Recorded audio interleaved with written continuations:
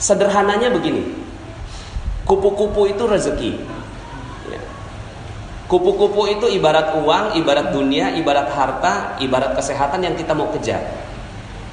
Cara nyari rezekinya gimana caranya? Karena itu kupu-kupu, maka yang kita lakukan adalah kita ambil jaring, kemudian kita tangkap itu kupu-kupu.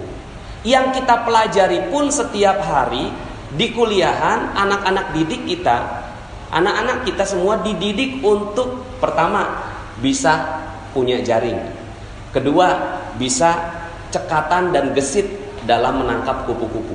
Itu yang dari dulu diajari ke anak-anak kita.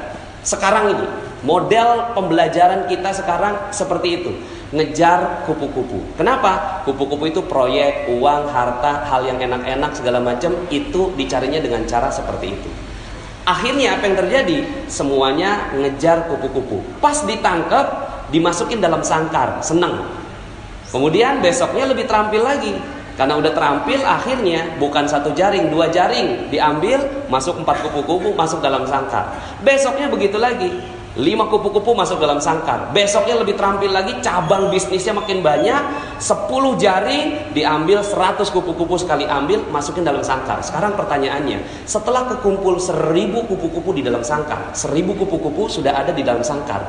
Lalu kemudian kita ingin bermain dengan satu kupu-kupu. Ingin bermain dengan satu kupu-kupu. Kita mulai buka pintu sangkarnya, lalu kemudian kita pengen bermain dengan satu kupu-kupu. Gimana perasaannya, Pak? Halo? Ini masih pada hawa sahur. Terkumpul 1000 kupu-kupu di dalam sangkar, lalu kemudian kita pengen buka pintunya. Pas dibuka pintunya, ya keluar semua. Perasaan apa yang ada pada saat itu? Perasaannya, apa perasaannya? Galau, khawatir, cemas, takut, gelisah. Itulah dunia. Itulah dunia. Kita selama ini, anak-anak kita, belajar yang tinggi. Buat apa, Pak? Buat supaya kamu dapat nilai tinggi. Terus, supaya kamu bisa kerja. Terus, supaya kamu bisa nikah. Terus, semuanya diajarinya untuk apa? Untuk bisa ngambil kupu-kupu. Tapi, anak kita bingung. Bahagianya di mana? Pas mau dinikmati, kemudian dia mulai buka pintunya, kok saya nggak bahagia? Maka, kalau mau bermain dengan kupu-kupu, kenapa tidak bangun taman? Kalau mau dapetin kupu-kupu dan bermain dengan kupu-kupu, kenapa tidak bangun taman? Cuma caranya berbeda, alatnya juga berbeda. Yang satu ke atas, yang satu ke bawah. Dia mulai cangkul, pelan-pelan, masukin benih, dijagain, disiramin, dipupukin, lalu kemudian tangkainya mulai muncul, lalu kemudian daunnya muncul, bunganya muncul. Pas bunganya muncul, kebahagiaan terus berlipat. Ketika kupu-kupu itu datang, kupu-kupu udah pasti datang kalau ada bunga. Udah sunatullah. Kalau udah ada bunganya, itu kupu-kupu pasti datang. Sekarang pertanyaan saya, ketika ada satu kupu-kupu dan kita bermain dengan kupu-kupu itu, ada nggak perasaan yang tadi? Ada? Resah, galau, gelisah, cemas, ada? Halo? Udah nggak ada ya? Begitu yang harusnya dilakukan untuk mencari rezeki. Cuma selama ini yang kita lakukan adalah ngambil kupu-kupu dan nggak punya taman. Akhirnya apa yang terjadi? Malam hari galau. Kenapa? Kupu-kupu hilang. Dicuri, hilang. Hilang handphone, galau. Diputus pacar, besok bunuh diri. Anak-anak kita sekarang, jangan sembarangan Bapak Ibu. Mungkin zaman-zaman kita, ini saya mulai memahami psikologi anak-anak kita sekarang. Mereka hilang loh Pak. Hilang mereka, kebahagiaan hilang. Mereka berpikir bahwa kebahagiaan itu bisa didapat di gadget, di dubsmash. Tahu dubsmash? Instagram, ya. Itu mereka mulai dapatkan kebahagiaan di situ. Itu semua. Maka hati-hati, anak-anak sekarang itu mulai hilang tamannya. Mereka nggak punya taman, yang mereka kejar adalah kupu-kupu. Ketika mereka kejar, kupu-kupunya hilang, malam datang, kupu-kupu hilang. Anak-anak sekarang nggak ada yang kuat nahan cobaan Pak. Nahan ujian, nahan musibah. Anak-anak sekarang itu galaunya luar biasa. Maka hati-hati, mungkin dulu kita masih ada sedikit sisa-sisa taman. Tapi sekarang anak-anak sekarang kita mulai harus merubah gaya kita. Makanya sekarang semua pada kebingungan. Coba Bapak Ibu perhatikan, lulusannya kimia, tapi malah kerjaannya yang lain. lulusannya arsitek tapi kerjaan yang lain. Pernah ada yang perhatiin itu? Berapa banyak orang yang kerjaannya sekolahnya A, pekerjaannya A? Sedikit sekali. Di Amerika datanya hanya 4%. Itu di Amerika yang link and match-nya bagus. Tapi di Indonesia, Masya Allah. Maka cara nyari rezeki sederhana. Gimana cara nyari rezeki? Bangun taman. Ini yang selama ini kita tinggalkan. Kita nggak punya taman. Akhirnya apa? Galau, gelisah, khawatir, cemas. Kita nggak punya taman. Yang kita cari kupu-kupu. Seneng banget tuh, ada orderan, ada project, ada harta, apa segala macam datang. Tapi kita mau beli sesuatu, beli mobil aja. Pas mau beli mobil, sebelum tuh mobil masuk, kita bikin sangkarnya dulu. Kenapa? Karena takut kalau kupu-kupunya hilang. Tuh. Nah, terus gimana dong? Ya udah, sekarang ganti fokus. Kalau kemarin tadi kan semalam kan saya bilang utang tuh lunas, ya kan? Karena memang kalau kita masih ada hawanya hawa utang, itu rezeki nggak akan pernah datang. Hawanya hawa utang, rezeki nggak bisa datang. Ya. Tapi kalau hawanya utang udah lunas, insya Allah gampang banget tuh datang. Nah itu salah satu tamannya rezeki. Nah untuk memupuk itu ada 3 hal. Ya, ini tadi saya dipesanin Ustadz kultum aja, benar-benar kultum, kuliah 7 menit. Ya udah, saya cuma kasih kisi-kisinya. Fokuslah pada 3 hal ini. Fokuslah pada 3 hal.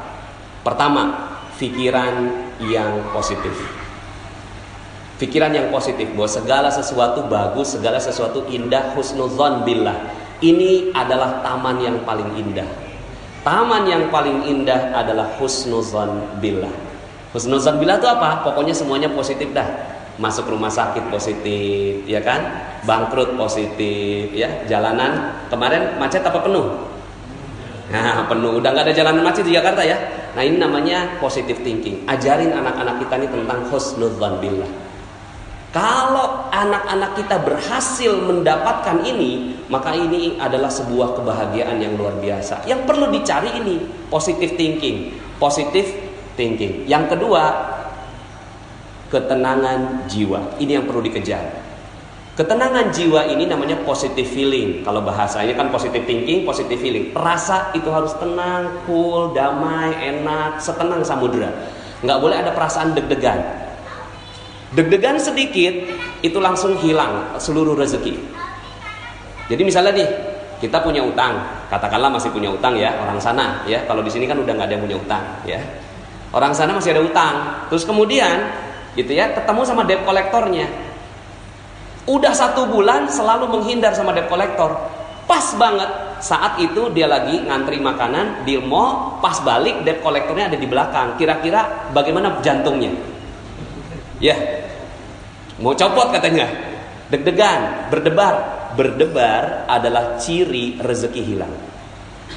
Berdebar, jantung berdebar itu ciri bahwa kita tidak punya rezeki lagi. Tamannya hilang. Maka apa yang harus dilakukan? Yang harus dilakukan mendidik jiwa supaya tenang dalam segala kondisi.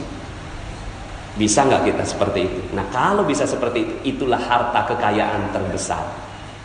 Cuma gimana cara ngedidiknya ini? Ya, ini panjang banget ini penjelasannya. Tapi misalnya begini Pak, ya. Kejadian ada yang konsultasi sama saya, anaknya meninggal dunia. Suaminya mundurin mobil, anak umur 1 tahun dilindes. Ya, sama sang ayah. Yang lebih tragis, kakaknya ngelihat dengan mata kepala sendiri ini adiknya dilindes sama ayahnya sendiri dan sakratul maut mati saat itu juga. Sang istri keluar lagi masak, pas ngeliat gitu kan, menggelepar-gelepar gitu, digedor-gedor pintu jendelanya, terus kemudian turun sang ayah berempat ngeliat dengan mata kepala sendiri tuh anak meninggal dunia dengan hancur badannya. Sekarang pertanyaan saya, bisa nggak saat itu jantungnya tidak berdebar?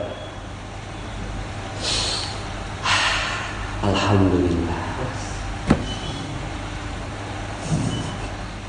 Itu yang harus dikejar. Kalau itu bisa, alhamdulillah nih ibu, alhamdulillah dia mau ngikut saya ajarin pelan-pelan sampai akhirnya tuh ibu mengatakan, siap Ustadz, alhamdulillah, terima kasih. Udah, selesai. Dan ternyata itu adalah kunci rezeki buat sang ibu. Lah kita berapa banyak kita melakukan kesalahan rezeki. Kita deg-degan. Tanggal 25 gaji udah mulai habis, order belum nyampe, gimana perasaannya? Ya. Terus kemudian dagangan belum laku, gimana perasaannya? Padahal itu semua rezeki akan hilang. Nah, kejar nih ini. Cuma memang ya, nah ini memang perlu banyak sekali kajian tentang positive healing. Cuma bocorannya adalah positive healing hanya bisa didapatkan dengan ibadah. Positive feeling hanya bisa didapatkan dengan ibadah. Kalau positive thinking masih bisa sendiri. Positive thinking nih, bagus itu, oke, alhamdulillah, gitu ya, masih bisa. Tapi kalau positive feeling udah nggak bisa lagi dengan upaya sendiri, dia harus butuh bantuan Allah Subhanahu Wa Taala. Maka di titik itulah ibadah berkumpul seperti ini mahal harganya. Ini kumpul begini Pak, ini mahal sekali. Kalau orang tahu betul yang namanya rezeki, oh itu dikejar yang kayak gini. Ada orang kumpulan apa? Duduk tenang, damai. Kenapa? Ada malaikat di sini. Malaikat itulah yang bikin ketenangan hati. Makanya Allah katakan, ala bidzikrillahi tatmainnul qulub. Ingatlah hanya dengan mengingat Allah maka hati bisa positive feeling. Nah. Cuma selama ini ya kita nggak kejar ini, coba sekarang kejar. Aduh, yang saya mau kejar adalah positive feeling, ketenangan jiwa. Karena itulah kekayaan sebenarnya. Kekayaan sebenarnya bukan harta, bukan mobil, bukan rumah, bukan yang lain, tapi ketenangan jiwa adalah kekayaan sebenarnya. Ya, dikatakan oleh Rasulullah SAW, laisal ghina an kasratil arad, walakinnal ghina ghinan nafs. Bukan kekayaan kamu punya banyak harta, tapi kekayaan adalah tenangnya jiwa. Di penjara senang, ditangkap senang, ya, bahagia, semuanya tenang, cool, mau digantung aja senyum. Tuh, kalau kita mampu seperti itu, maka itulah kekayaan sebenarnya. Cuma selama ini kita nggak kejar, yang kita kejar cuma duit aja. Di mana ngejarnya? Lailatul Qadar adalah malam kemuliaan, tempat di mana Allah turunkan ketenangan jiwa. Kalau itu didapat, tenang sekali. Nah yang ketiga lebih dalam. Ini aja udah bagus, masya Allah. Positive thinking, positive feeling. Yang terakhir positive motivation. Positive motivation, motivasinya semua positif, semuanya positif. Ya, bahwa motivasinya bukan untuk mencari uang, motivasinya untuk membahagiakan orang lain. Nah ini panjang sekali kajiannya. Ya, mudah-mudahan dalam kesempatan yang lain. Ini pokoknya cirinya 3 aja. Kejar ini. Nggak penting tuh jurusan, nggak penting tuh kuliah, nggak penting tuh sekolah. Bener, nggak penting. Kalau sekolah nggak ngajarin 3 hal ini, berarti sekolah itu nggak penting. Makanya sekarang ini muncul adanya gerakan anti sekolah. Kenapa? Karena di sekolahan anak-anak berantem juga, ya. Tapi bukan berarti bahwa saya anti sekolah, tidak. Kalau di sekolahan ini mengajarkan 3 hal ini, maka sekolah itu perlu dikejar. Tapi kalau sekolahan ini nggak ada yang kayak gini, nggak ada 3 hal ini, yang diajarin cuma matematik, fisika, kimia, biologi, arsitektur, ya, kemudian astronomi, itu dia berarti ngajarin kupu-kupu. Tapi kalau dia ngajarin taman, dia ngajarin 3 hal ini, sehingga anak ada apapun dia senang, bahagia. Anak ada apapun dia tenang. Ada azan, dia langsung lari ngejar tuh azan. Kenapa? Di situ ada ketenangan jiwaku, Pak. Di situ ada ketenangan jiwaku, Mah. Maka aku akan kejar itu. Kalau ada sekolah yang ngajarin kayak gini, kejar itu sekolah. Karena itulah sebenar-benarnya kekayaan. Demikian, mohon maaf atas segala kekurangan. Kita balik semuanya logika rezeki kita supaya kita betul-betul dapetin rezeki yang insya Allah barokah. Terima kasih. Subhanakallahumma bihamdika asyhadu an la ilaha illa anta astaghfiruka wa atubu ilaik. Assalamualaikum warahmatullahi wabarakatuh.